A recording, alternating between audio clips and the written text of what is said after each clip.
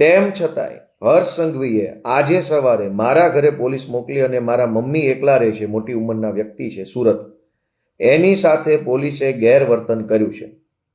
પહેલાં તો સીધા મારા ઘરે ગયા, થોડી ઘણી સરખી વાતો કરી, પછી બેફામ વર્તન કર્યું મારા મમ્મી સાથે પોલીસવાળાએ, અને પછી પાછળથી પાછો સારો એવો વિડીયો બનાવી લીધો. મારા ઘરમાં મારા બીજા પરિવારના સભ્યો છે એ બધાને ધમકાવવાનું, દમદાટી કરવાનું કામ હર્ષ સંઘવીએ આજે કરાવ્યું છે. આ સાંભળીને તમને એવું લાગ્યું ને કે ગુજરાત પોલીસ ગોપાલ ઇટાલિયાની કેવી પાછળ પડી ગઈ છે, ગૃહમંત્રી હર્ષ સંઘવી કેવી રીતે રાજકીય બદલો લઈ રહ્યા છે, એવું જ લાગે છે ને પ્રથમ દ્રષ્ટિએ.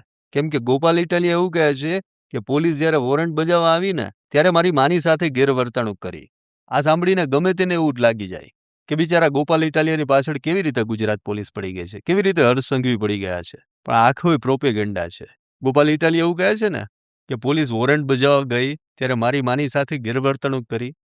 આખો એનો પ્લાનિંગ હતો અને તેની એક ઓડિયો ક્લિપ વાયરલ થઈ છે, સાંભળો. હા ગોપાલભાઈ. હા જીતુ બોલો. હા ગોપાલભાઈ, ઓલો વોરંટ હતો તમારો મહેસાણાનો, એ આવવાના જ વોરંટ બજાવવા આજકાલમાં. હાથી ભલે ના આવે એમ નહીં, પણ ઓલો હવે નિયમ નીકળ્યો છે ને. શું એલો નિયમ? એ લોકોએ કાંઈ પોર્ટલ બનાવ્યું છે, એમાં પોલીસવાળા ઘરે વોરંટ બજાવવા જાય ને પછી આ સાબિતી હાટું પોલીસવાળા ઘરે આવીને ઘરના ફોટા પાડે કે પછી પોર્ટલમાં અપલોડ કરે કે ભાઈ અમે ત્યાં ગયા હતા એમ આને પકડવા એમ. હાથી પાડવા દો ફોટા, એ તો સારું ના પડાય હતું. આપણે કહેવાનું ભાજપ પોડા મારી પાછળ પડ્યા, બીજું હું. પણ તમે ઘરે નહીં હો ને.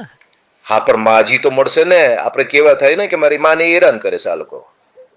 એમ નહીં, એ તો મૂક ને ભાઈ, હું સમજી ગયો. એમાં કે ફાટી ન પડવાનું હોય, એ પોલીસ વાળાને આવવા દો, બાકી હું જોઈ લઈશ પછી.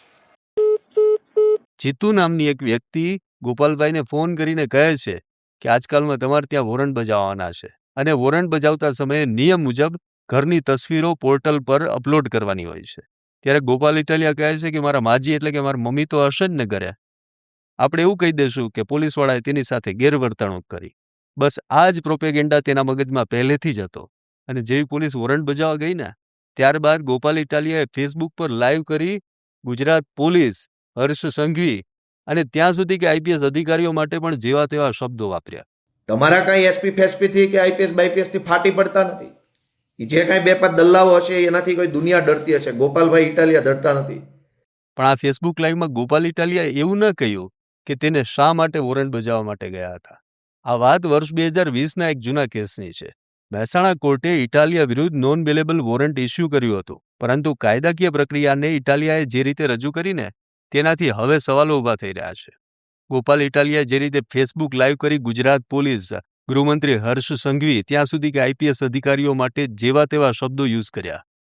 પણ ગોપાલ ઇટાલિયા આ જ પ્રકારની રાજનીતિ પર ઉતરી આવ્યા હોવાનું હવે ગુજરાતની જનતા જાણી ગઈ છે. અને હવે તો ગુજરાતની જનતા એવું પણ વિચારવા લાગી છે કે શું રાજનીતિ આટલી હદે નીચે જઈ શકે